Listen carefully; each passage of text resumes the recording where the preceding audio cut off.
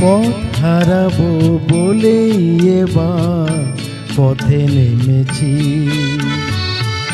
সোজা পথের ধাঁধায় আমি অনেক ধেঁধেছি।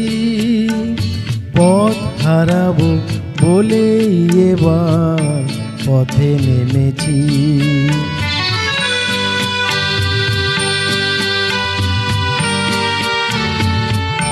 নিশিদের পাহারাতে ছিলেম রেখে ঢেকে, সে কখন গেছে ফিরে আমায় ডেকে ডেকে।